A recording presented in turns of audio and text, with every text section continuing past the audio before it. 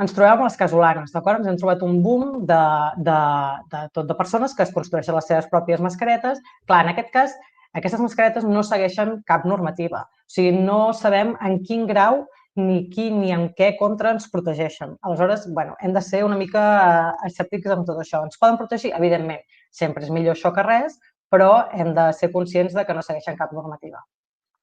Aquí tenim un petit esquema, d'acord, dels tipus de mascaretes i els nivells de protecció que tenen. Aleshores, tenim, per exemple, les que eren tipus EPIs, aquelles que eren filtració de partícules, les quals, recordeu que n'hi havia amb vàlvula i sense vàlvula.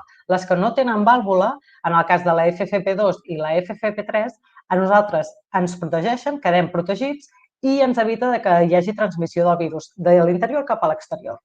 En canvi, les mateixes, però amb vàlvula, si nosaltres som portadors del virus, encara que siguem asimptomàtics, no eviten que quan fem l'exhalació cap a l'exterior podem transmetre aquest virus. Ens protegeixen si està a l'ambient d'aquest virus, però no a nosaltres de transmetre'l cap a les altres persones. I aleshores tenim les FFP1 sense vàlvula o les quirúrgiques higièniques, que aleshores no ens protegeixen ens protegeixen a nosaltres d'emetre el virus cap a l'exterior si nosaltres som els portadors, però no ens protegeixen de si l'exterior hi ha el virus, que nosaltres el puguem adquirir. Aleshores, segons les recomanacions del Ministeri de Consum del Govern d'Espanya, quines són les mascaretes que ens recomanen portar? Doncs en el cas de ser persones sanes, d'acord? Doncs ens recomanen portar mascareta higiènica. Si som persones malaltes, bé sigui asimptomàtiques o asimptomàtiques positives o bé simptomàtiques, ens recomanen la mascareta quirúrgica. Per altra banda, si són persones que estan en contacte amb el virus o bé professionals que requereixen d'aquest tipus d'eines de protecció personal, doncs recomanen una mascareta EPI. Aleshores, d'acord amb la norma, per qui són recomanades cada una d'aquestes mascaretes? Doncs, per exemple, si estem parlant de les higièniques no reutilitzables, estan destinades per a adults i nens d'entre 3 i 12 anys sense símptomes i que no siguin susceptibles d'utilitzar la resta de mascaretes. En canvi, les que són higièniques reutilitzables són per a adults i nens a partir de 3 anys que tampoc tinguin símptomes. Si bé estem parlant de quirúrgiques, estan destinades a ser utilitzades en quiròfans i entorns sanitaris i, per últim, si estem parlant de les tipus EPIs, són per ús específic ja per garantir la protecció contra aerosols sòlids i líquids. Aleshores, recordem aquí una mica de resum per recordar que les EPIs, recordem que filtren partícules de fins a 0,3 micres i, en canvi, les quirúrgiques i higièniques estem parlant de filtració bacteriana. Que aquesta filtració bacteriana per a partícules majors, per a filtració bacteriana major de 3 micres, no garanteix que mides més petites no es puguin filtrar amb més alt percentatge. Això ho hem de tenir en compte. Aleshores, també hem de saber que cap mascareta protegeix al 100%, no n'hi ha cap 100% efectiva. Però, de totes maneres, de major a menor grau d'efectivitat de les que hem presentat, doncs tenim en primer lloc estarien les EPIs, després anirien les quirúrgiques i després les higièniques. Tot i així, sempre posar una barrera sempre és un factor útil per evitar, és un tema útil per evitar que nosaltres puguem contaminar o de ser contaminats. Aleshores, recomanacions d'ús segons la norma. Primer de tot, sempre quan adquirim una mascareta el que hem de mirar és seguir les especificacions del fabricant. També afegiria un punt aquí, és garantir que tingui el segell CE de la Comunitat Europea. Això també ho afegiria. Per qüestions de comoditat i higiene, també la normativa recomana no fer-la servir en ús continu en un temps superior de 4 hores. I en el cas que veiem que s'humitegi o que es deteriori, que la rebutgem i la substituïm per una altra. També hem d'evitar, a l'hora d'emmagatzemar, si ha d'estar un temps sense ser utilitzada, evitar en contacte qualsevol superfície perquè podria ser susceptible de ser contaminada. I el que hem vist molt i veiem molt pel carrer i el que no es recomana precisament és que no s'ha de col·locar la mascareta en posició d'espera o al front o sota la barbeta durant el seu ús o després del seu ús. Aleshores, anem a entrar una mica més en detall en la part tèxtil. Aleshores, de què estan fetes les mascaretes? Les mascaretes, totes, estan fetes de materials tèxtils. Inclús aquelles que dèiem que semblen com de paper, són materials tèxtils. Els materials tèxtils hem de pensar que són materials porosos, permeten la filtració i la respirabilitat. Aleshores, què és un material tèxtil? Doncs normalment aquest tipus de mascaretes i els materials tèxtils en general són multimaterials que poden estar fets de fibres, filaments o inclús fils que formen teixits i poden ser teixits que siguin amb una conformació de calada, de punt, també s'anomenen no teixits o també s'anomenen trenats, que poden tenir diferents tipus d'acabats i poden estar confeccionats de diferents maneres. Aleshores, els tipus de fibres que ens podem trobar, d'acord, tenim naturals i tenim fibres químiques i sintètiques. Pel que fa a les naturals, tenim bàsicament les fibres de cotó i de llana. Aquestes són hidrofíliques. Què vol dir la paraula hidrofílica? Vol dir que absorbeixen aigua, d'acord? Donen molt confort, són molt confortables, però el problema és que absorbeixen aigua. Aleshores, totes les mascaretes que veieu que siguin de fibres naturals, sobretot cotó, veureu que diu són resistents a la humitat i és perquè tenen un tractament químic que el que fa és que les fa hidrofòbiques, que les fa les resistents a la penetració de líquid. Tenen una llargada i una finura o una finor determinades i no fonen. Per altra banda, tenim les fibres químiques. Les fibres químiques normalment estan basades en el polímer de la cel·lulosa. Ens trobarem tipus de fibres com ara la viscosa, el lyocell, que aquestes també són hidrofíliques, és a dir, també absorbeixen humitat fins i tot a nivells com el cotó i tampoc no fonen. I per últim tenim les sintètiques. Les sintètiques tenim que són les fibres de polipropilè, bàsicament, polièster i poliamide. Són les que més s'utilitzen per fer les mascaretes, les que hem vist anteriorment. I aquestes tenen una llargada i finura que són variables segons com estiguin sintetitzades. Aleshores, per altra banda, també com que la majoria de mascaretes que utilitzem, que són les higièniques o les quirúrgiques, hem de saber que estan fetes de teles no teixides, de polipropilè, bàsicament. Aleshores, què passa? Doncs això, com està format? Són tot de fibres individuals que el que fan és s'ajunten entre elles i formen vels de fibres que conformen finalment, que es fonen i llavors es conformen en aquesta imatge que veieu aquests teixits que es poden obtenir per diferents tecnologies, el que s'anomena spoon bonded o melt blown. També, per altra banda, tenim altres tipus de teixits una mica més complexos, d'acord, que estem parlant dels teixits de calada o bé teixits de punt. Aleshores, podem aconseguir les propietats buscades de filtració, etc., graduant una mica la finura o el grossor d'aquests tipus de fibres, la quantitat d'elles, si estan més empaquetades entre si, menys empaquetades, etc.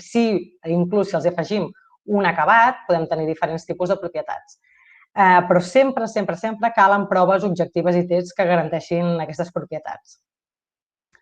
Com a conclusions, és important conèixer els diferents tipus de mascaretes, d'acord? És important saber el que anem a comprar o el que ens ofereixen per saber de què i a qui ens protegeixen i quina és la més adequada per l'ús que nosaltres li hem de fer. Aleshores, depenent del col·lectiu a la qual estem treballant, es recomanen higièniques, quirúrgiques o sanitàries i tipus EPIs. Recordem que les mascaretes casolanes no es coneix el seu grau de protecció, d'acord? I, evidentment, se n'ha de fer un bon ús. I moltes gràcies. Molt bé, Marta. Gràcies per complir amb el temps previst. Anem a la segona part, que repeteixo que la sessió d'avui és la més àmplia perquè és la que volem posar un especial èmfasi, atès que va adreçat a personal formador, que és com i quan s'han de fer servir les mascaretes. És una presentació a càrrec d'Ester Peñataro i Sílvia Poveda de l'Escola d'Infermeria de Terrassa. Tot i que ho han fet totes dues, la que farà la presentació és l'Ester. Per tant, Ester, quan vulguis ja pots començar. Gràcies. Moltes gràcies, Enric. Pues passo a compartir pantalla. A compartir-la.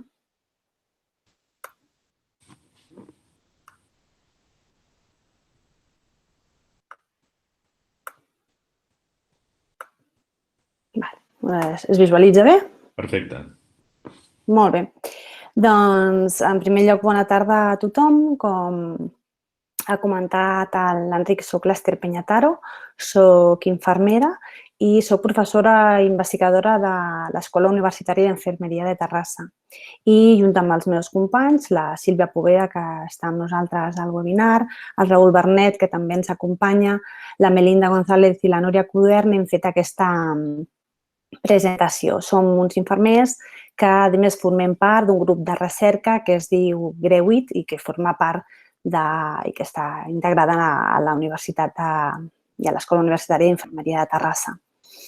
Aleshores, volem donar les gràcies a la Universitat Politècnica de Catalunya, tant a l'Enric com a la Mònica, per donar-nos l'oportunitat d'aportar des de la nostra disciplina infermera la nostra visió i coses que considerem que són importants dins d'aquest projecte. Aquest projecte té com a eix central la utilització de les mascaretes per la prevenció de la Covid-19. És molt important l'ús de les mascaretes, però creiem que podem tenir una mascareta òptima per cadascuna de les persones que les hem d'utilitzar, però si la utilització d'aquestes mascaretes no va unida a altres eixos, com és un rentat de mans correcte, una higiene de mans correcta, un respecte a la distància social o l'evitació de les aglomeracions, doncs aquesta mascareta pot ser la millor possible, però si no la manipulem bé, si no la tractem bé, perd la seva efectivitat. Llavors, nosaltres, el nostre foc fonamental és la utilització de les mascaretes, però no volem deixar de banda aquests dos eixos també fonamentals. Per iniciar, diríem que també hem de tenir en compte unes mesures higièniques bàsiques, que serien la neteja i la desinfecció molt acurada dels centres i també la ventilació d'aquests centres. I respecte a això és important. Algú volia aportar alguna cosa? Llavors, la nostra primera mesura preventiva seria una bona higiene de mans. Les nostres mans, quan tenim contacte amb superfícies que estan brutes i que a nivell macroscòpic, quan les mirem, no som conscients, si toquem aquestes superfícies, les nostres mans s'embruten. Per tant, és molt important que quan anem a manipular les mascaretes tinguem una bona higiene de mans. Com la realitzarem? Doncs la podem fer amb un rentat de mans o amb la utilització de la solució alcohòlica. Comencem per el que seria el rentat de mans, que seria la utilització d'aigua i sabó, preferiblement sabó neutre, amb una tècnica correcta que ara desenvoluparem, amb un temps adequat, entre 40 i 60 segons, que s'ha de respectar, si no per efectivitat també aquesta mesura. Eixugar-nos molt bé les mans, perquè si no ens les eixuguem també estem provocant que la humitat que a les nostres mans queda generi proliferació de gèrmens i, per altra banda, precaució quan després hem de tocar l'aixeta per tancar-la, perquè ara veurem que és important des del principi del rentat fins al final. Anem a veure-ho amb detalls i amb imatges. Les nostres mans, com us he comentat, estan en contacte amb superfícies que són contaminades per qualsevol tipus de germen i, per tant, si nosaltres féssim una visió en profunditat, veuríem que les nostres mans estan contaminades. Hem d'eliminar tots aquests gèrmens abans de tenir contacte amb les mascaretes. Què hem de fer? Doncs rentar-nos molt bé les mans abans de tocar-les. Què faríem? Com ens hem de rentar les mans? I això pensem moltes vegades que ho fem bé i que ho fem de forma correcta, però a vegades ens hem de plantejar si realment és així. El primer pas, quan ens fem un bon rentat de mans, és l'aplicació d'aigua a les nostres mans. I quan diem aigua és a les mans i als canells. Els canells estan inclosos en el rentat de mans. Però primer ens hem d'aplicar aigua. Posteriorment, ens hem d'aplicar sabó. Per què? Perquè el sabó és el que provoca una manipulació dels microorganismes que estan a la nostra pell. I si nosaltres ho fem al revés, que agafem sabó i després ens posem aigua, que moltes vegades ho fem així, l'aigua el que fa és que es perdi sabó abans de ser utilitzat, abans de friccionar les nostres mans. Per tant, estem perdent producte. És invers. Primer ens mullem les mans, després ens apliquem sabó. Els sabons, els dispensadors, moltes vegades són dispensadors manuals que els hem d'apretar amb la mà. Aquesta superfície, com que la toca tothom que s'ha de rentar les mans en aquest centre, aquesta superfície ja us puc assegurar que està contaminada per gèrmens. Segur, perquè tothom la toca. Llavors, hem d'intentar no tocar-la, però si la toquéssim en aquest primer moment, és relativament greu pel fet que nosaltres, amb el sabó que ens hem aplicat, farem una bona fricció i, finalment, aquests gèrmens s'eliminaran. Com hem de fer la fricció? Doncs a les mans, als espais interdigitals, a les ungles, als canells i també al dit gordo, que moltes vegades el deixem de banda i també forma part del rentat de mans. Hem de fer una bona fricció de les mans i dels canells.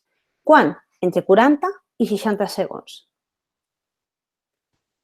Després ens hem d'esbaldir. És tan important la fricció com esbaldir-nos correctament, perquè l'aigua el que aconsegueix és fer lliscar el sabó i, per tant, els gèrmens cap a la pica i d'aquesta manera els aconseguirem eliminar. És tan important l'aplicació del sabó com la fricció com esbaldir-nos correctament. I una vegada ens hem esbaldit correctament i veiem que no hi ha sabó a les nostres mans, procedim a assecar-nos.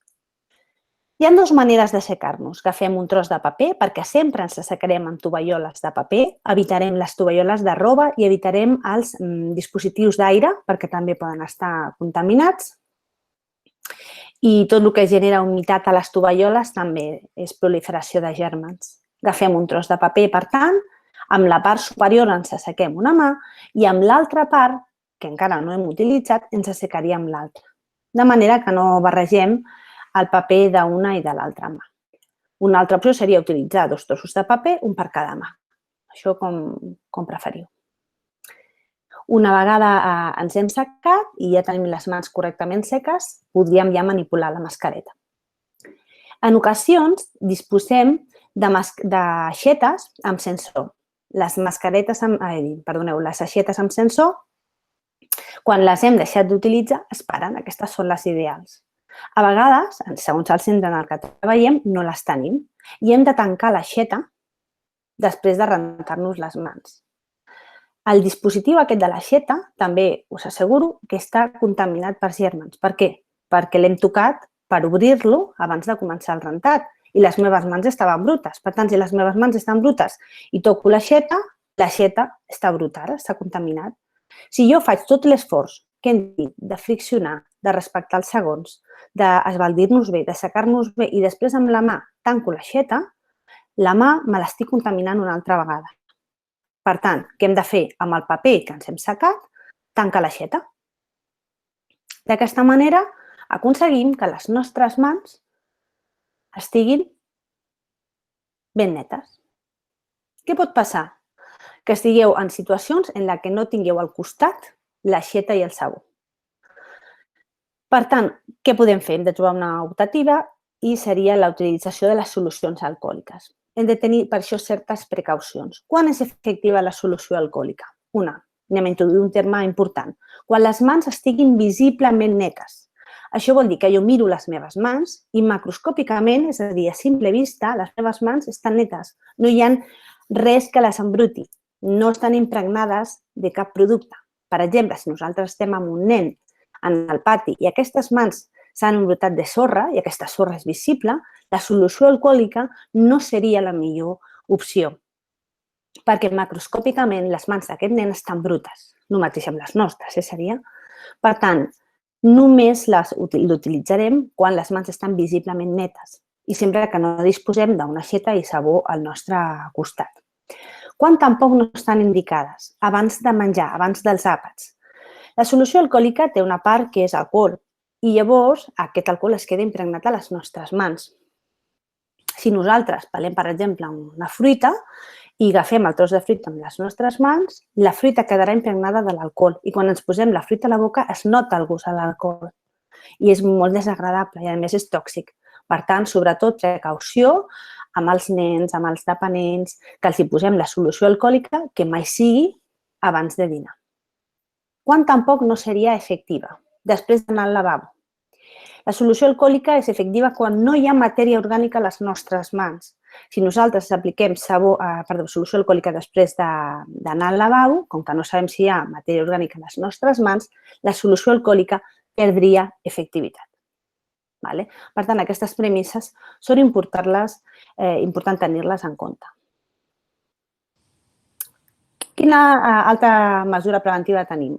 la distància de seguretat. Hem d'evitar les aglomeracions, hem de mantenir la distància entre els nens, de la gent a la que nosaltres estem cuidant, als centres cívics, allà on es trobeu. Heu de respectar aquesta distància de seguretat. Per exemple, nosaltres veiem en aquesta imatge uns nens que estan baixant una escala. Veieu que tots van en la mateixa direcció. Això és l'adequat. Hauríeu de muntar un circuit d'entrada, un circuit de sortida, de manera que els nens no xoquin entre ells, els nens, els adults, no xoquin entre ells i, per tant, no s'aglutinin en cap zona conflictiva, com serien les escales, un passadís. Per tant, què heu de fer? Una bona coordinació de les entrades i de les sortides. A més, si veieu en aquesta imatge, doncs, com és normal, hi ha nens que hi tenen certa distància entre un i l'altre, però que altres estan enganxats i que inclús s'agafen. Per tant, aquí és molt difícil també que el monitor, que el tutor controli que tots els nens tinguin la distància adequada entre un i l'altre. Què és important? Doncs que, sobretot, en aquest moment els nens portin la seva mascareta posada. Per tant, una bona coordinació hi ha amb la mascareta, prèviament amb un bon rentat de mans. Hem d'evitar també múltiples contactes. Ara, si heu vist les noves indicacions de cara al proper curs, doncs s'han de crear grups de nens o grups d'adults de centres cívics, de manera que si hi ha algun tipus de contagi, s'identifiqui molt bé el circuit i les persones amb les que ha estat. No poden sortir tots al pati, ho han de fer per grups. No poden tots estar en el mateix lloc en un mateix moment, sinó sempre de manera coordinada i esglaonada. També s'han de limitar les entrades al centre per part de les famílies. Als centres només han d'entrar els nens o els avis o la gent que hagi d'entrar al centre on treballeu, però evitar l'entrada de personal extern. Per lo mateix, per seguir molt bé les persones que han tingut contacte amb alguna persona que s'hagi pogut contaminar. I, finalment, una recomanació per la gent, per educadors, per gent que treballeu en centres, casals, casals d'estiu, casals d'avis o inclús escoles. La recomanació de cara al proper curs és que el calçat que s'utilitzi dintre dels centres sigui un calçat pel centre i que aquest calçat no surti del centre. No només el calçat, sinó també la roba. La roba que utilitzeu als centres, el calçat que utilitzeu als centres hauria de ser pel centre. I després, quan acabeu la vostra jornada laboral, canviar-vos i pujar-vos una per anar al carrer i després per anar a casa vostra. I pels nens, de cara a les entrades en aquests centres, es recomana una desinfecció del calçat. Preparar una dilució amb aigua i lleixiu i desinfectar l'entrada del calçat dels nens o de la gent que hagi d'entrar amb aquesta solució. La tercera mesura preventiva seria l'ús de la mascareta, que és l'eix d'aquest projecte. Qui l'ha de portar, la mascareta? Doncs la mascareta ha de ser d'un ús universal. L'ha de portar tothom. Es recomana entre nens de 3 i 5 anys i és obligatori a partir dels 6 anys. Qui està exempt de portar la mascareta? Persones que tinguin una dificultat respiratòria, perquè si no encara es podrien ofegar més, motius de salut, persones amb discapacitat que també tinguin aquesta sensació d'ofec i els infants de menors de 2 anys per risc d'ofec o d'ofegament. I quan? Doncs persones quan realitzen esport i la ingesta d'aliments o de begudes. Les persones, quan estan realitzant esport, pel moviment de la carrera es considera que el moviment de partícules és encara major que quan caminem o quan estem parats. I llavors és inclús de 4 metres. Llavors, potser als casals d'estiu, aquest moment és el que us pot portar més problemes perquè els nens han de córrer, s'han de moure, han de fer jocs. Llavors, és difícil mantenir la distància de seguretat fent esport amb els nens. Llavors, aquí haureu de valorar que si no es respecta el que és la distància han d'utilitzar mascareta. I quan surtin també a esmorzar, a menjar, amb ingesta d'aliments o de begudes, que ara ho veurem a continuació, el moment de quan es treuen la mascareta per menjar o per beure. Quan cal portar la mascareta? Per tant, quan hi hagi una distància inferior a... Nosaltres us posem d'1 a 2 metres perquè fins ara era de 2 metres. Fa una setmana l'Organització Mundial de la Salut va dir que podia ser d'un metre, però les recomanacions per a l'inici del curs escolar vinent és de 1,5 metres. Per tant, no ens volem dir que tenim aquest marge, però sí que ha d'haver com a mínim 1,5 metres, 2 metres entre els nens, entre els avis, les persones a les que cuideu, perquè sigui una distància segura. Quan no la podem respectar, hem de fer servir la mascareta. A classe, a espais tancats, com està obligat al sortir al carrer, i al pati, al parc, quan anem, sempre que no es respecti la distància de seguretat, hem de portar la mascareta. Com les hem d'utilitzar? Com les hem de manipular, les mascaretes? Doncs abans ho hem dit. Primer, un bon rentat de mans. Si nosaltres tenim les nostres mans brutes i tenim a les nostres mans el virus aquest que està provocant la malaltia o qualsevol altre tipus de germen, amb les mans brutes toquem la mascareta per la part externa, per col·locar-la, estem contaminant aquesta mascareta de manera que quan respirem estem contaminant-nos a nosaltres mateixos. Per tant, molta precaució amb la manipulació externa amb les nostres mans brutes d'aquesta mascareta, perquè aquí veiem, jo tinc aquí aquest virus, doncs contamino la mascareta, o aquí també. Com l'hem de fer? Doncs hem d'agafar-la per les gomes i posar-la correctament per les orelles, però sense tocar la zona central de la mascareta.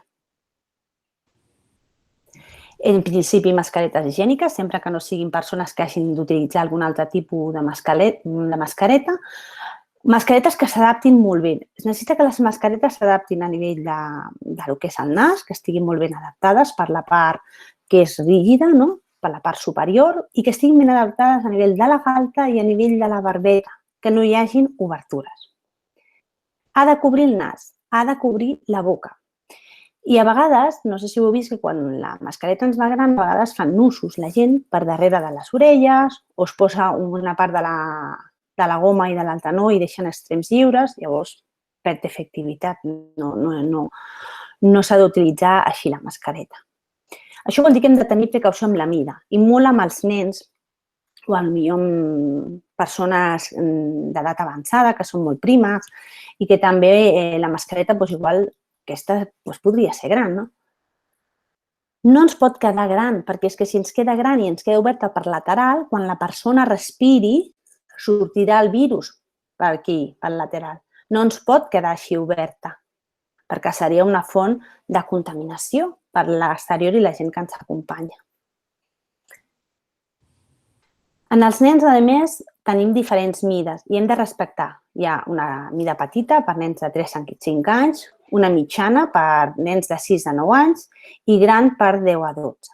Precaució, sobretot, perquè si els nens, quan nosaltres li posem la mascareta, moltes vegades li diem jo ja te la poso, no te la posis, no te la toquis perquè no la volem que la contaminin, aleshores la mascareta, quan queda gran, el nen no se la toca i pot anar tocant a l'ull. Inclús es pot ficar a dintre de l'ull i provocar alguna lesió corneal. Per tant, precaució amb que les mascaretes quedin ben ajustades i sigui de la mida adequada. Però això ja siguin nens o siguin adults.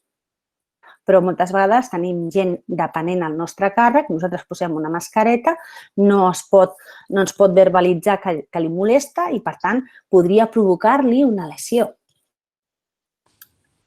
Com us dic, ha de cobrir el nas i la boca, no ens pot quedar el nas per fora, que els nens a vegades també els molesta i es baixen la mascareta, perquè tenen sensació d'ofec i, sobretot, que quedi molt ben adaptada, perquè és que, si no, la mascareta perd efectivitat. I això vol dir que per la part rígida i per lateral ha de quedar molt ben ajustada. I, a més, hem de fer molta educació amb els nens per explicar-los, o la gent dependent o la gent gran, gent que necessita una necessitat o que tenen necessitats especials, explicar-los molt bé que aquest ús de la mascareta ha de ser adequat i que és necessari en aquests moments, perquè siguin conscients, perquè si no s'agobiaran i llavors amb les mans brutes es toquen la mascareta, o si els hi molesta inclús se la toquen per dins i aleshores l'estan contaminant per dins, que això ho fa molt als nens, perquè ai, que em pica, que me la toco. Molt important que no se la manipulin.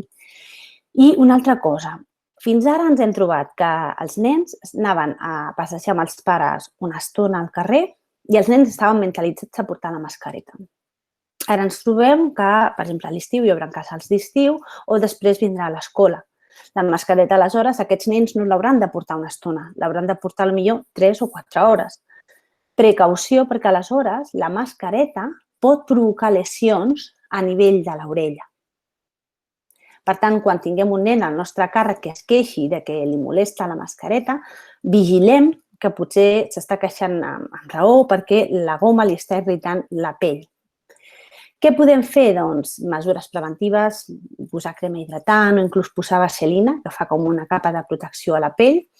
I si ja es genera una zona envermellida que al nen li molesta, li podem posar cotó o una gasa perquè ho protegeixi i avisar els pares que hem d'utilitzar algun altre dispositiu. També precaució amb la zona nasal, que també es poden generar ferides per la pressió de la mascareta, perquè també trobem nens que se l'apreta i que se l'apreten molt, no? Tenim dispositius que podem fer servir perquè no molestin. Són els que us mostro aquí a la zona superior, on tenim diferents mides per ajustar les gomes. Tenim a un costat i a l'altre. Es situen a la zona posterior, a nivell del clatell, i aleshores es posa una goma per un costat i una altra goma per l'altre. I d'aquesta manera la mascareta ja no es subjecta per sobre de les orelles, sinó per la zona posterior amb aquest dispositiu i va, doncs, és una alternativa. Una altra cosa important a tenir en compte, que és quan estornudem o quan tossim. Nosaltres, quan portem la mascareta la portem i a la zona central és la zona que ens protegeix més. Quan tossim o estornudem, sobretot fer-ho a nivell central, cap endavant. Per què? Perquè d'aquesta manera la mascareta absorbeix les partícules que surten de la boca nostra quan tossim o quan estornudem. Llavors, què pot passar? Que la mascareta s'hagi mullat d'aquestes secrecions nostres, o en el nen, o en la persona que és dependent, o la persona que està al casal. Doncs si nosaltres ens adonem, aquesta persona que s'ha mullat la mascareta se l'ha de canviar. Nosaltres aconsellem, sobretot als casals d'estiu, que portin una altra mascareta als nens perquè si es mulla o s'embruta, sempre que se la puguin canviar. Una mascareta humida o bruta perd efectivitat. I una cosa que ha comentat també la Marta, hem de tenir cura de les mascaretes. Això vol dir que les hem de cuidar també les mascaretes perquè siguin efectives. Quan sortim al pati, quan sortim a esmorzar, a berenar al pati, els nens tindran la tendència a baixar-se la mascareta i posar-se-la a la barbeta o posar-se-la al front. Llavors, això està contraindicat perquè a la nostra pell està impregnada de gèrmens propis nostres que després embruten la mascareta i quan ens la pugem s'ha embrutat aquesta mascareta. El cabell el mateix, en el cabell hi ha molta brutícia, per tant, estem contaminant la mascareta que després ens posarem a la boca. També una altra moda que hem vist és la utilització de les mascaretes com a polseres. Això ho hem vist molt amb els adolescents, que se la posen aquí com una polsereta, o inclús així, ho vaig veure aquest cap de setmana, em va sobtar. És a dir, la pell, els nostres braços es van contaminant al llarg del dia i estan a l'exterior. Si jo em poso aquí la mascareta i just per la zona que ha d'anar a la meva boca o a la meva pell, la mascareta s'embrutarà. Per tant, això està contraindicat, està completament prohibit. Què hem de fer aleshores? Les hem de cuidar i les hem de guardar correctament. Tampoc podem manipular-les amb les mans, perquè les nostres mans brutes contaminen aquesta mascareta. Tampoc la podem posar dintre d'una motxilla on tenim les llibretes, on tenim els bolis, perquè també s'està contaminant, s'està embrutant. Llavors, nosaltres el que indiquem és que tenir una bossa de protecció per posar dintre la mascareta. S'està ara valorant de quin tipus ha de ser aquesta bossa.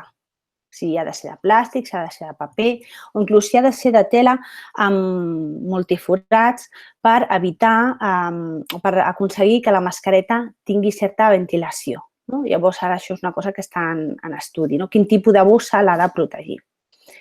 I aquesta bossa que serveixi per protegir la mascareta i que una vegada estigui protegida la posem a dintre de la seva motxilla. Aleshores sí, amb una ben protegida, amb una bossa específica, aleshores sí. Llavors, voldríem acabar explicant-vos una mica de protocol, no? De com s'hauria de posar una mascareta. Doncs primer, l'adolescent, l'adult, qui ja hagi de manipular una mascareta, el primer que ha de fer és rentar-se correctament les mans. Una vegada se les ha rentat correctament i les té lliures de flora transitòria, que nosaltres diem que és la brutícia que tenim a les nostres mans, anem a la bosseta on tenim la mascareta i la traiem per la goma. I una vegada l'hem tret per la goma, aleshores ens la podem col·locar. Però com veieu, no toquem en cap moment la mascareta ni per la zona central, ni per fora ni per dins. Ens l'ajustem pels dos laterals a nivell de l'orella i quan hem aconseguit obrir-la correctament, ens l'adaptem. Després, per la zona superior, a nivell del nas, perquè quedi ben ajustada i no quedin obertures. En el moment també que la fem servir i que ens l'hem de treure, finalitzaríem per explicar-vos això, doncs, com ens l'hem de retirar, no? Doncs, primer, abans de tocar-nos la mascareta, rentar-nos les mans. Quan tenim les mans netes, ens traiem la mascareta per les gomes, la posem a dintre de la seva bossa, la guardem i després ens tornem a rentar les mans. Per tant, com veieu, la utilització de la mascareta és molt important, però també la seva manipulació, tant abans de fer-la servir com després de fer-la servir, també és molt important i hem de seguir aquestes mesures que hem volgut compartir amb vosaltres. Gràcies. Molt bé, Esther. Com veieu, els petits detalls són rellevants. De fet, l'altre dia... Digues. No, perdó. Que l'altre dia, quan vaig escoltar per primer cop aquesta presentació, em vaig quedar parat de lo malament que jo em rentava les mans, semblant mentida. Que a la meva edat aprengui a rentar-me les mans, no? Però, bueno, això passa.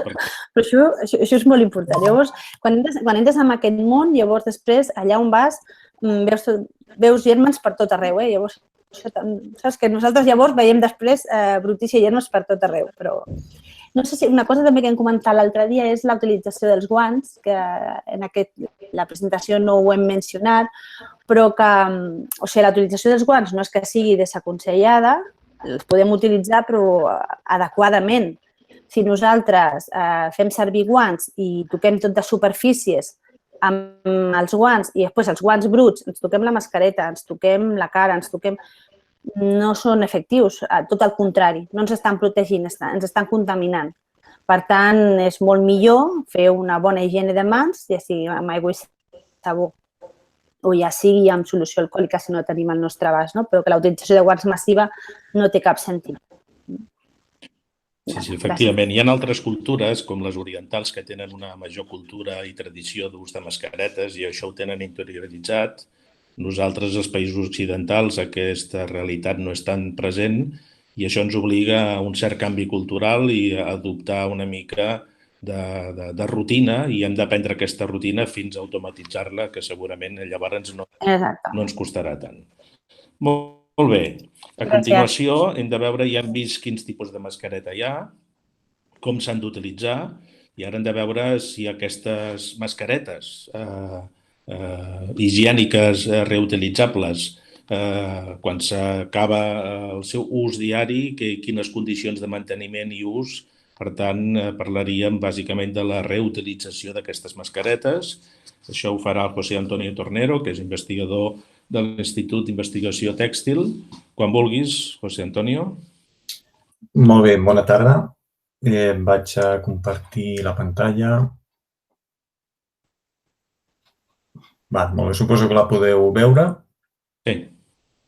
Perfecte. Molt bé, doncs, gràcies a tots. Jo, com ha comentat l'Enric, soc promotor de recerca i professor associat d'Enginyeria Tèxtil a l'UPC, a Intexter, i parlaré una mica de com es recomana que es reutilitzin les mascaretes. Em centraré sobretot en les mascaretes higièniques i una mica és extrapolable també el que diria les casolanes, però ara ho comentaré, bàsicament. El primer és explicar quina és la problemàtica, tot i que és prou evident. És bàsicament, com sabeu i com s'ha explicat, L'ús recomanat més per un tema de confort és que les mascaretes no es facin servir de manera seguida més de 4 hores, tot i que en principi les pots fer servir una mica més de temps abans que no vagin a la brossa, les d'un sol ús. Però clar, en el marc de la crisi del Covid-19, que com estem veient, doncs això va per llarg a l'ús de les mascaretes, ens podem imaginar que tota la població portant mascaretes que portarem potser un dia i les haurem de llançar, doncs primer hi ha un problema greu de capacitat de producció, que va ser greu al començament, ara potser ja no ho és tant, però no deixa de ser un problema d'abastiment. Hi ha un problema de cost acumulat per tothom, pels usuaris, per l'administració, pels centres, per tothom. I hi ha un problema molt greu de residu tèxtil generat. El tèxtil ja és un sector que està una mica en el punt de mira des del punt de vista de la sostenibilitat, perquè, com sabeu, es recicla molt poc. I les mascaretes no són una excepció. És molt difícil de reciclar i és un problema greu.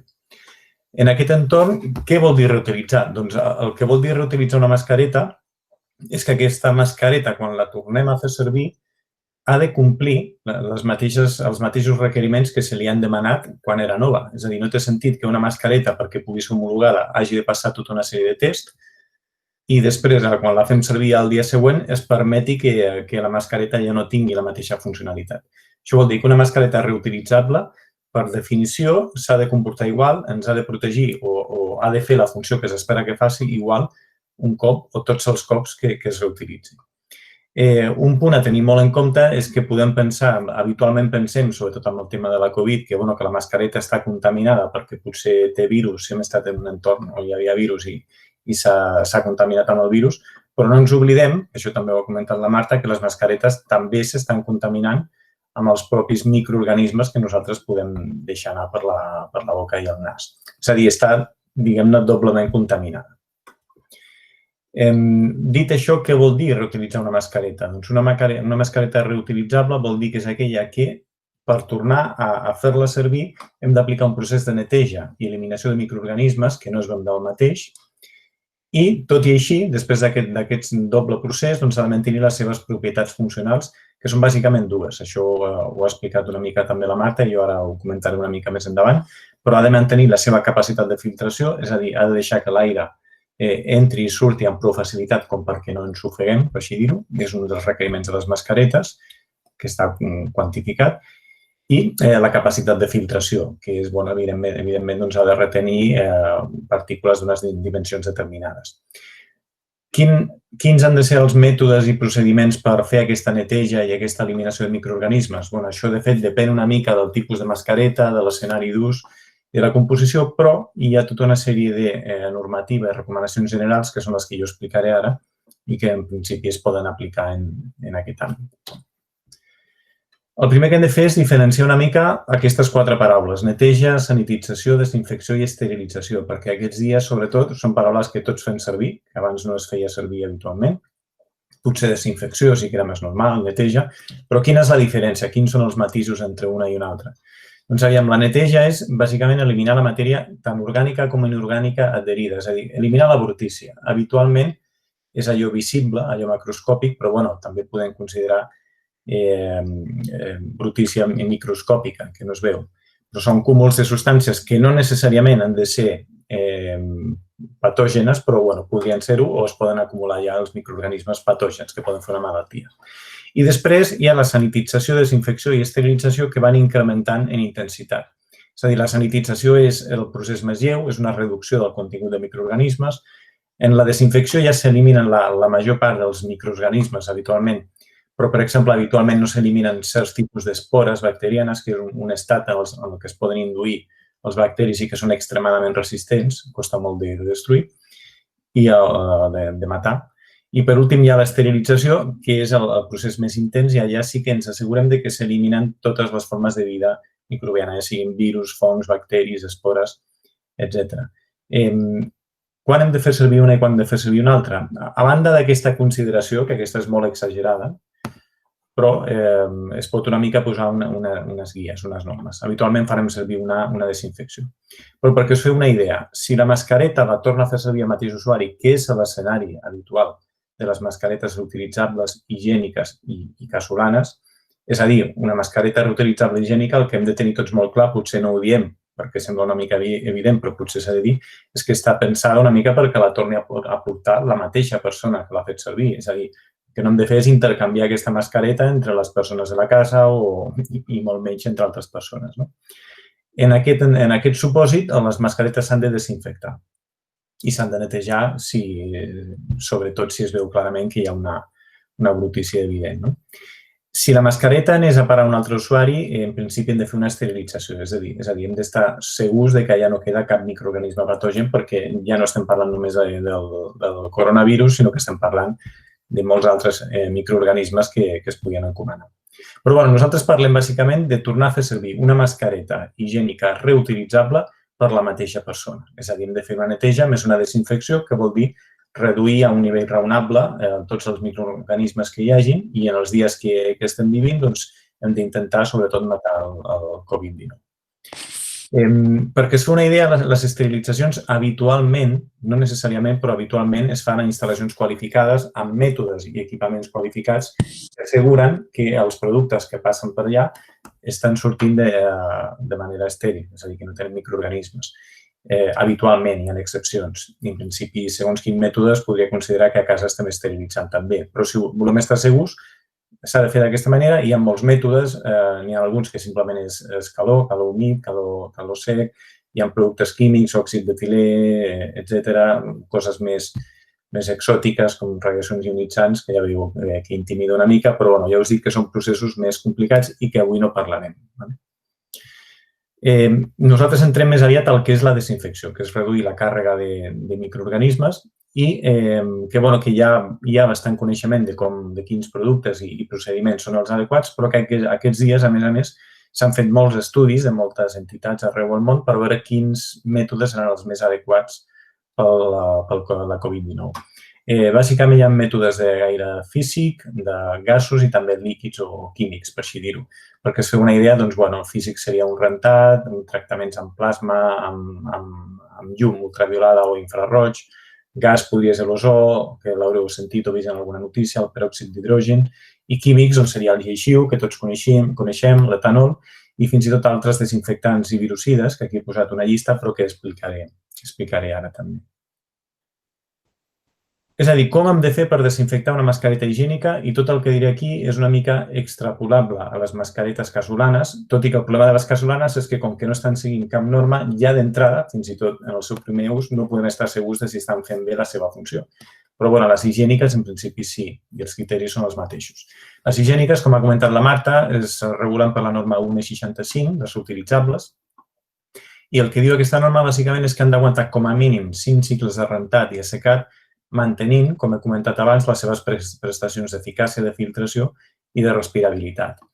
El mínim són 5 cicles de rentat, però hi ha proveïdors, hi ha fabricants que asseguren molt més cicles de rentat. Després d'això, el fabricant en principi garanteix que la mascareta continua mantenint les seves propietats. Quines recomanacions s'han de seguir per fer el rentat i desinfecció? Doncs la primera és molt evident. La primera és seguir les pròpies recomanacions del fabricant, perquè depenent del material del que s'ha fet la mascareta, depenent dels accessoris, les gomes, adhesius, grapes, accessoris que pugui tenir, doncs el fabricant és el primer que ho ha tingut en compte i que recomanarà un mètode per poder reutilitzar-les, per neteja i desinfecció. És important recordar que n'hi ha moltes de les mascaretes que es fan servir avui en dia, higièniques, que fan servir unes resines que es diu de fluorocarboni, que és per mantenir, com ha comentat la Marta, propietats d'hidrofobicitat, és a dir, que no absorbeixin aigua i humitat, i que s'han de reactivar amb un planxat després del rentat, s'ha de recordar també. Ara bé, què passa si no tenim instruccions o no són prou clares o no sabem com fer-ho o fins i tot si són mascaretes casolanes? Quins són els mètodes recomanats?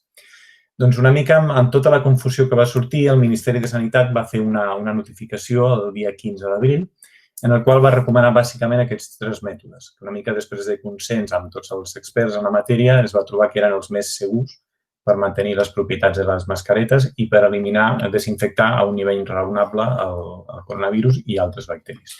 El primer és el rentat amb detergent normal i aigua a la rentadora. És a dir, posem un cicle normal de rentadora a una temperatura superior a 60 graus, entre 60 i 90 graus.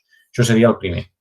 El segon seria submergir les mascaretes en una dilució, això ho ha comentat, em sembla, l'Ester, si no ho recordo malament, en una dilució de lleixiu a proporció 1:50, és a dir, una part de lleixiu per 50 parts d'aigua, en aigua tèbia durant 30 minuts. Important, després de submergir les mascaretes, evidentment s'han d'esbandir amb aigua i sabó una mica per eliminar restes perquè és possible que encara continuïn fent pudor, cosa que vol dir que estarem inhalant el clor, el lleixiu, després d'això, per tant, s'han d'esbandir una mica. I, per últim, la tercera recomanació del Ministeri de Sanitat va ser fer servir, també un rentat amb qualsevol dels productes virucides que el Ministeri de Sanitat té autoritzats per ús ambiental. Aquests productes és una llista que està en aquest enllaç d'aquí, el que diu listado virucidas ambiental, que, com que aquesta presentació es distribuirà, ho podeu descarregar, i és un llistat bastant extens de productes on s'explica com s'han d'aplicar i explica una mica també quina és la seva composició i com funciona. Si es compren, hi ha alguns que són bastant fàcils d'adquirir, també tenen normalment el recipient a les recomanacions del fabricant. Tots aquests productes, en principi, un cop desinfectats, s'ha de fer servir el mateix que amb el lleixiu, és a dir, s'ha de tornar a esbandir amb aigua per assegurar que no queda cap resta de producte químic que sempre tenen una certa toxicitat si ho estem inhalant a través de la mascareta. Aquestes serien les 3 recomanacions bàsiques. Aquests dies estem sentint parlar molt de mètodes com ara l'etanol de 70 graus, que és un bon desinfectant, realment, però hi ha dubtes en els estudis avui en dia de si és tan eficient amb els virus, per tant, no és ben bé recomanat pel tema del coronavirus, tot i que no és que sigui una solució prou dolenta. També hi ha recomanacions d'aplicar vapor durant 30 minuts, és a dir, posar les mascaretes penjades a sobre d'una cassola amb aigua bullint en uns 30 minuts. És també un bon mètode per desinfectar. El problema és que això pot degradar les gomes de la mascareta i pot compactar les fibres i els fils del teixit i pot reduir la respirabilitat. Evidentment, això no estarem empitjorant segurament les propietats de filtració, però igual tenim problemes per respirar. Per tant, millor no fer servir aquest sistema. I per últim, també es parla, de vegades, alguns estudis i notícies, es parla simplement de temps, que el virus amb els dies s'acaba inactivant. Per tant, si deixem la mascareta sense contacte amb cap superfície penjada a un lloc més o menys net i segur, doncs al cap d'uns dies, en principi, hauria d'estar lliure de virus, però clar, no és un sistema prou segur i també pot haver-hi altres bacteris que hagin proliferat a la mascareta. Per tant, tot i que sí, poden tenir certa activitat de desinfecció, no són mètodes ben bé recomanats. Per últim, hi ha una sèrie de recomanacions per al rentat i assecat, que algunes són prou evidents, però sempre està bé recordar una mica, que són recomanacions per al rentat i assecat. És, bàsicament, evitar el contacte entre mascaretes brutes i la roba neta, per evitar contaminació entre mascaretes, roba que després farem servir i no ens preocupem, etc. O contaminació de la roba a les mascaretes, també al revés. Les mascaretes, si és possible, s'han de protegir i quan es rentin s'han de ficar en una d'aquestes bosses malles que venen per protegir la roba delicada. És molt desitjable per evitar fregaments que puguin fer malbé el teixit filtrant de la mascareta. No s'han de fer servir productes de neteja agressius o molt potents que puguin malmetre els materials. La mascareta s'ha de secar el més ràpid possible després del rentat, perquè si es queda humida, doncs poden tornar a créixer bacteris o microorganismes a la mascareta. Per tant, l'ideal és secar-la el més ràpid possible i en un interval de 2 hores posteriors al rentat. No s'han d'higienitzar o assecar mai al microones, perquè tot i que escalfa i que pot matar microorganismes, de nou no sabem de quin material és la mascareta en concret i és possible que la faci malbé la seva estructura, tot i que no ho sembli visualment. Aquest pot ser el problema. Potser sembla que està bé, però hem obert el tamany de poros o l'hem tancat i no transpira tant. S'han d'evitar ambients contaminants, això em sembla que ho ha comentat també la Marta, és a dir, no les hem d'emmagatzemar en llocs que estiguin potencialment contaminats. I, molt important, després de cada cicle de rentat, sempre que o millor dit, sempre que ens hem de posar la mascareta, primer hem de fer una inspecció visual per veure que no hi hagi cap esgarrapada o cap defecte evident que pugui posar en qüestió la seva funcionalitat. Com comentava l'Ester, també sí que és cert que hi ha certs dubtes sobre com hem d'emmagatzemar o guardar les mascaretes, però d'entrada nosaltres el que hem vist és més recomanacions de fer-ho en bosses transpirables, ja siguin de paper o de teixit, simplement per assegurar que la humitat que pugui tenir la mascareta, perquè l'hem fet servir, té la humitat pròpia de l'aire amb la humitat que deixem anar, perquè no puguin proliferar els bacteris allà. És a dir, així assegurem que s'asseca i ho millorem una mica. També és cert que en qualsevol recipient porós es pot contaminar més, però sembla preferible ara mateix que sigui de paper o transpirable més que no pas una bossa totalment tancada. Com a mínim, s'hi ha d'estar molt de temps tancat. Només ja per acabar, una diapositiva molt ràpida, que és el tema de desinfecció i esterilització de mascaretes EPI. Com ha comentat la Marta, les EPI són elements de protecció individual. Això vol dir que, en teoria, les haurien de fer servir professionals o persones que estan en un entorn clarament de risc. És a dir, són mascaretes de les quals clarament s'espera que estiguin protegint a la persona que la porta. Això vol dir que, en principi, qui porta una EPI ha d'estar segur que l'està protegint. Què vol dir això? Que, en principi, si volem reutilitzar una mascareta EPI, el que és imperatiu és seguir les instruccions del fabricant. I si no té instruccions, doncs, bueno, hi hauria mètodes, es pot parlar dels mètodes que he comentat per les higièniques, etc. Però hem de tenir en compte que aquestes mascaretes s'ha d'anar més en compte si s'estan fent servir en l'entorn en el que s'espera. Per tant, l'ideal seria que siguin reutilitzables i seguir rigorosament les instruccions del fabricant. Per últim, comentar que a la web d'UPC d'Intexta tenim un recopilatori molt extens de tot això que he comentat, molts documents on s'explica en detall, però si algú està més interessat, doncs pot accedir a través d'aquest enllaç. I per la meva part és això. Si teniu qüestions, doncs estic disponible. Gràcies a tothom. Molt bé, José Antonio. Se'ns ha allargat una mica tot plegat, però crec que el tema és molt interessant, o almenys així ho està dient la gent, i per tant no hem volgut tallar per evitar que l'explicació fos més rica i detallada. Passem ara al torn de preguntes i, en tot cas, el que fem les persones que vulguin intervenir, que demanin paraula a través del xat i jo els aniria donant la paraula. I, per tant, a mesura que anem rebent les preguntes, les anirem passant perquè els ponents puguin anar responent.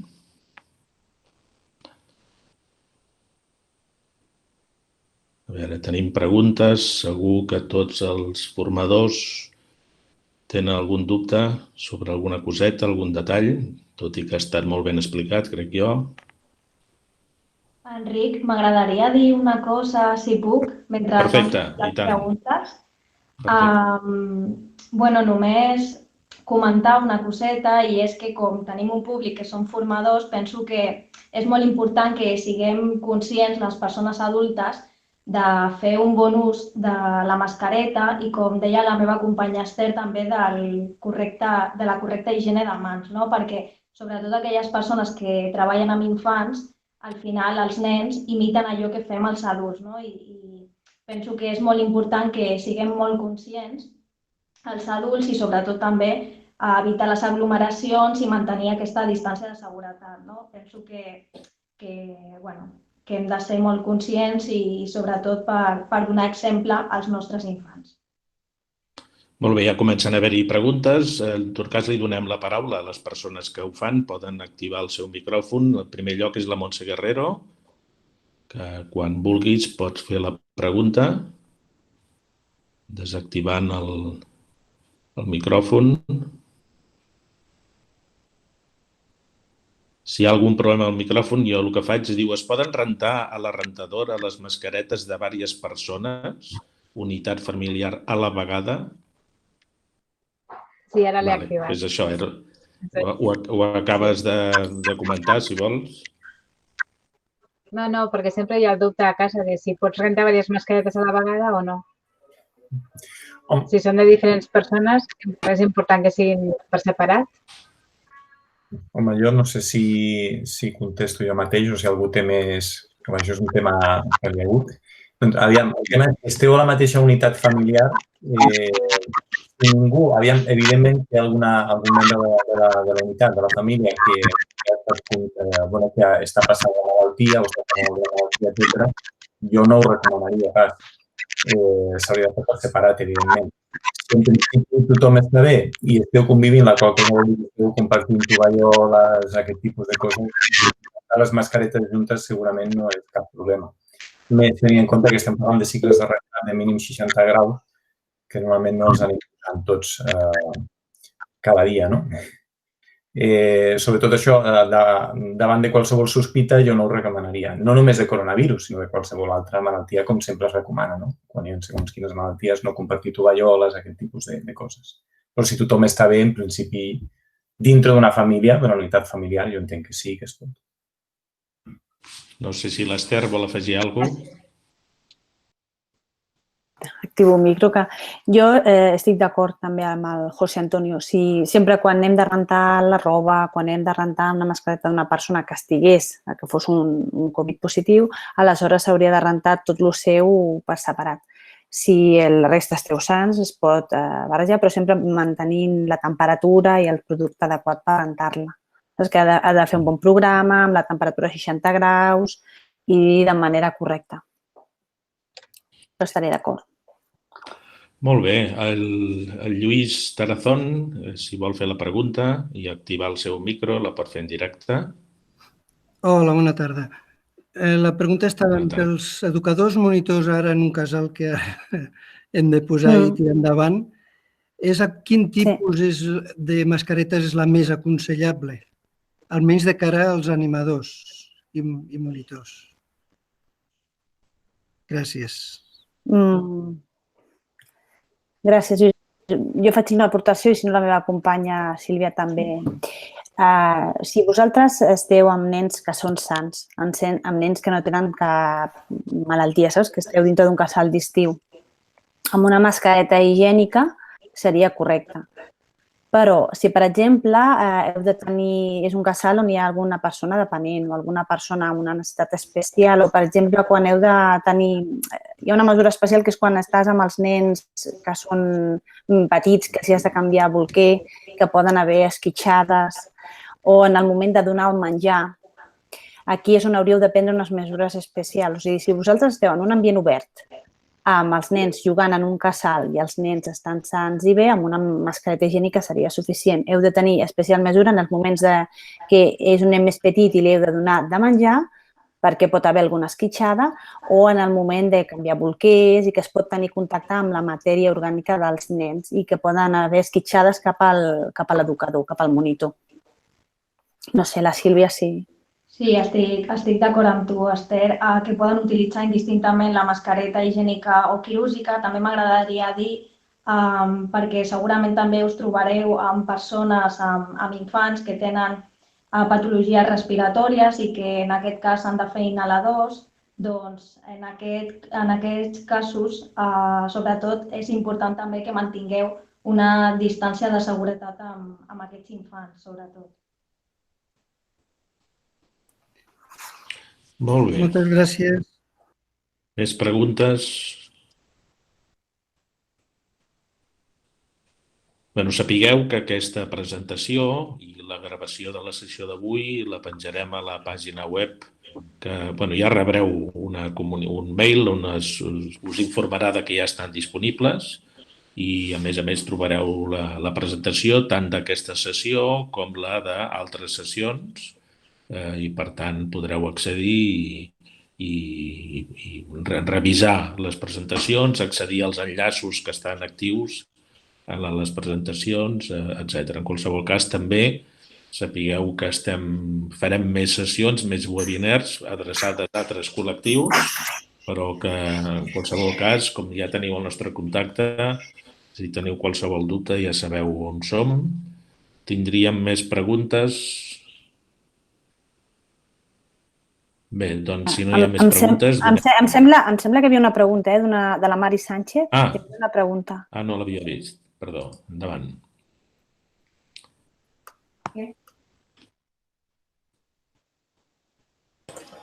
Hola, bona tarda.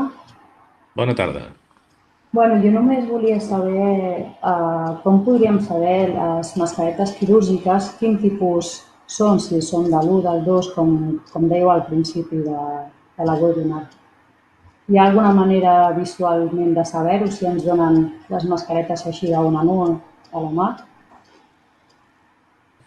Gràcies. Hola, Mari. Sí, la Marta. Sí, ara anava a respondre. A veure, normalment els fabricants de les mascaretes, si ja les venguin en caixes, que llavors, diguéssim, l'empresa les compra en forma de caixes i aleshores el que fa és repartir-les individualment, hauria d'estar especificat a la caixa. Si vinguessin embossades individualment, haurien d'estar, evidentment, doncs, a l'envàs hauria de ser clar. Però si no, te n'hauries d'anar a la caixa per saber si és tipus 1 o tipus 2. Normalment, aquest tipus de mascaretes només hi ha dos tipus. La bàsica, que és la que es fa servir més generalment, és la tipus 1, i hi ha la tipus 2, el que implica és que és resistent a esquitxades i que normalment són una mica més cares perquè ja estan pensades per quiròfans, per ser per quiròfans o ser resistents a esquitxades, diguéssim que puguin sortir projectades d'algun tipus d'operació que estiguis fent. Aleshores, jo crec que majoritàriament és tipus 1, però podries demanar que t'ensenyessin la caixa per estar segura de si és una o l'altra. No sé si, Mònica, vols que volies comentar alguna cosa més? No, volia comentar el mateix que tu. D'acord. Aprofito, ja que m'has donat la paraula.